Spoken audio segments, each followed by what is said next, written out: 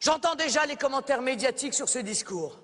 À Strasbourg, Marine Le Pen revient à ses fondamentaux.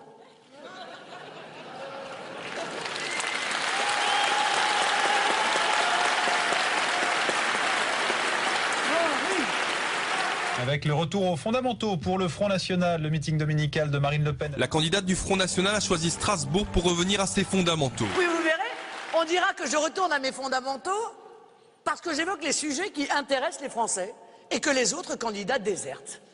L'immigration, l'insécurité, la laïcité bafouée. Fondamentaux comme si depuis le début de la campagne, je ne parlais que de sujets secondaires.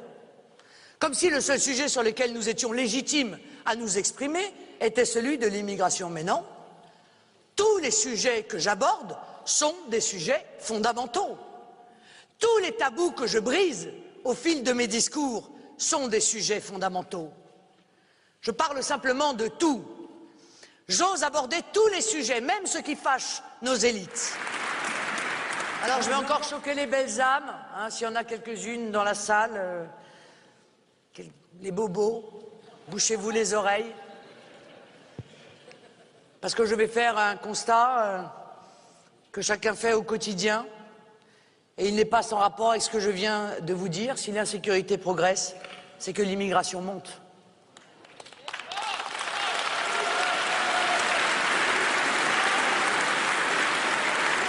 Bonjour Alain Bauer. Bonjour Bruce Toussaint. Vous êtes criminologue, président de l'Observatoire national de la délinquance et des réponses pénales. C'est la raison pour laquelle vous êtes avec nous. Mais il y a aussi l'actualité et cette étude de votre observatoire sur la part des étrangers dans la délinquance. À quoi ça sert, Alain Bauer, cette étude? À part à stigmatiser, au fond? Écoutez, on analyse les chiffres de la criminalité comme les chiffres de la croissance, de l'inflation ou du chômage. Et dans les chiffres de la criminalité, il y a 3 indicateurs qui existent depuis à peu près qu'il y a des chiffres de la criminalité, c'est-à-dire quelques siècles. Français et étrangers, majeurs, mineurs, hommes-femmes. Et donc nous les publions régulièrement pour donner aux gens, en général, et aux journalistes en particulier, la capacité à savoir de quoi ils parlent, plutôt que de commenter sur les commentaires. Quelle est votre analyse de ces chiffres? Qu'il y a une augmentation assez importante de la part des étrangers dans les atteintes aux biens, pour essentiellement de la délinquance de subsistance, du vol à l'étalage, du vol simple, une vraie préoccupation sur les agressions sexuelles, qui n'est pas un sujet tout à fait secondaire. Il y a une nationalité, ou en tout cas une partie de la population qui est régulièrement ciblée, c'est les Roms. Non, je ne sais pas ce que c'est les Roms. Les Roms, ça correspond à 5 ou 6 pays. Ouais. Donc, nous ne savons pas ce que c'est les Roms.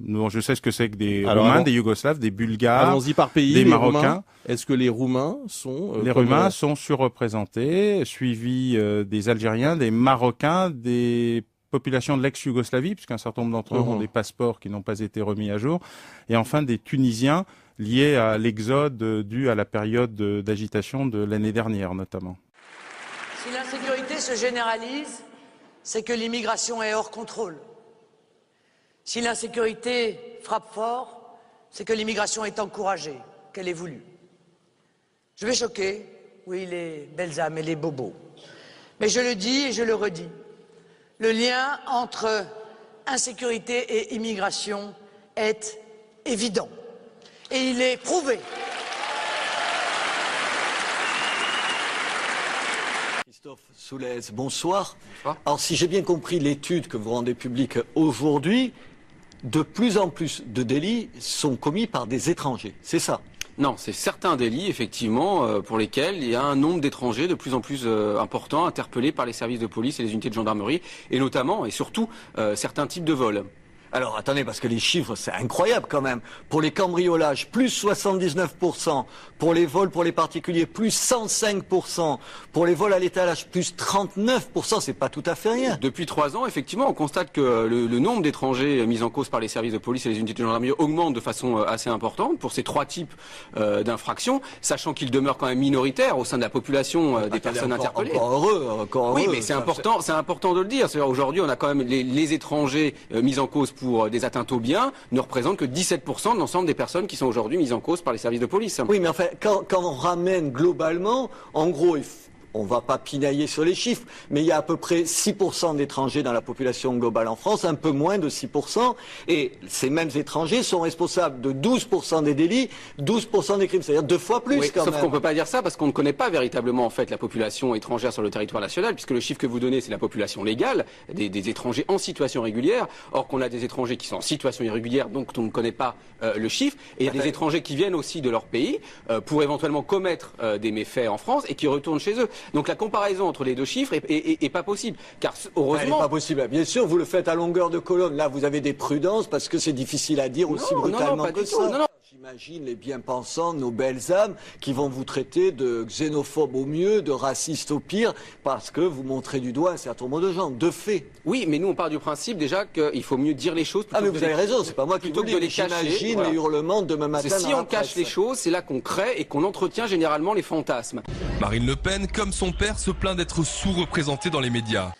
Internet a une importance particulière, puisque c'est grâce aussi à Internet que beaucoup de nos compatriotes peuvent se faire une opinion, sans caricature, sur les idées qui sont les nôtres, sur le projet qui est le mien. Et heureusement qu'il y a Internet, mes chers amis.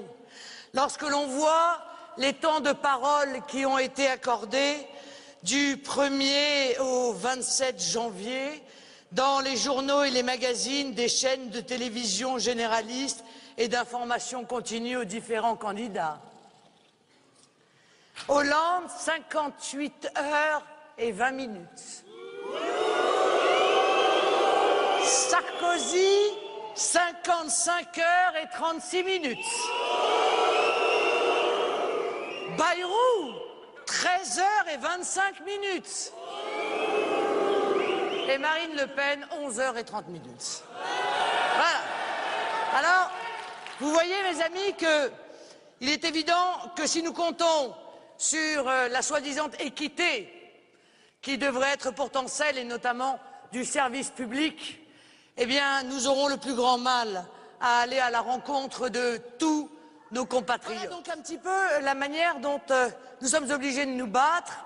Et parce que je suis en train de parler d'Internet, parce que vous le savez, je défends la liberté d'Internet, parce que je vois bien, et vous voyez bien que c'est un média alternatif, que c'est celui où peut exister et se diffuser la liberté de la parole et de l'expression, eh bien je profite de cela pour lancer un signal amical à un site Internet qui n'est pas du Front National, mais dont les administrateurs aujourd'hui sont victimes d'une véritable persécution judiciaire, à savoir nos amis de F de Souche. Donc elle a tout vu venir au niveau de l'euro, au niveau de l'immigration, de l'insécurité, à tous les sujets. Et elle propose des solutions concrètes, chiffrées, contrairement à tous ses adversaires. Et c'est ça qui me fait croire en elle. Et pour la laïcité, ça m'a beaucoup plu parce que beaucoup des Européens ou des Français oublient qu'ils sont issus de la tradition chrétienne, quoi. Loin des clichés FN égale crâne rasé, bombers, rangers, à Strasbourg on a croisé un peu Monsieur Tout-le-Monde. Un meeting de Marine Le Pen vaut bien une sortie familiale au parc. Guillaume, 10 ans, a déjà des choses à dire.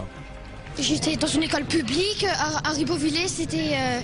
il y avait beaucoup, ils n'arrêtaient pas de m'insulter, il y a extrêmement beaucoup de violence et je me suis sentie obligée d'aller dans une école privée. Autrement on n'a pas la paix. C'est tout ce que je peux dire. Elle est vraiment pour la France, profondément pour la France. Et je retrouve pas ça ni à droite ni à gauche. Aujourd'hui, on brûle une voiture comme à mon époque, on volait un carambar. Je sais pas, je trouve ça grave. On se sent plus en sécurité, tout simplement. C'est surtout l'immigration. Et ça, elle le réglera mieux que d'autres candidats ? Ah, mieux que jamais. C'est vrai qu'il fallait mettre l'accent aujourd'hui sur ces thèmes-là, d'insécurité, d'immigration et de laïcité, pour une raison simple, c'est qu'ils ne sont pas traités.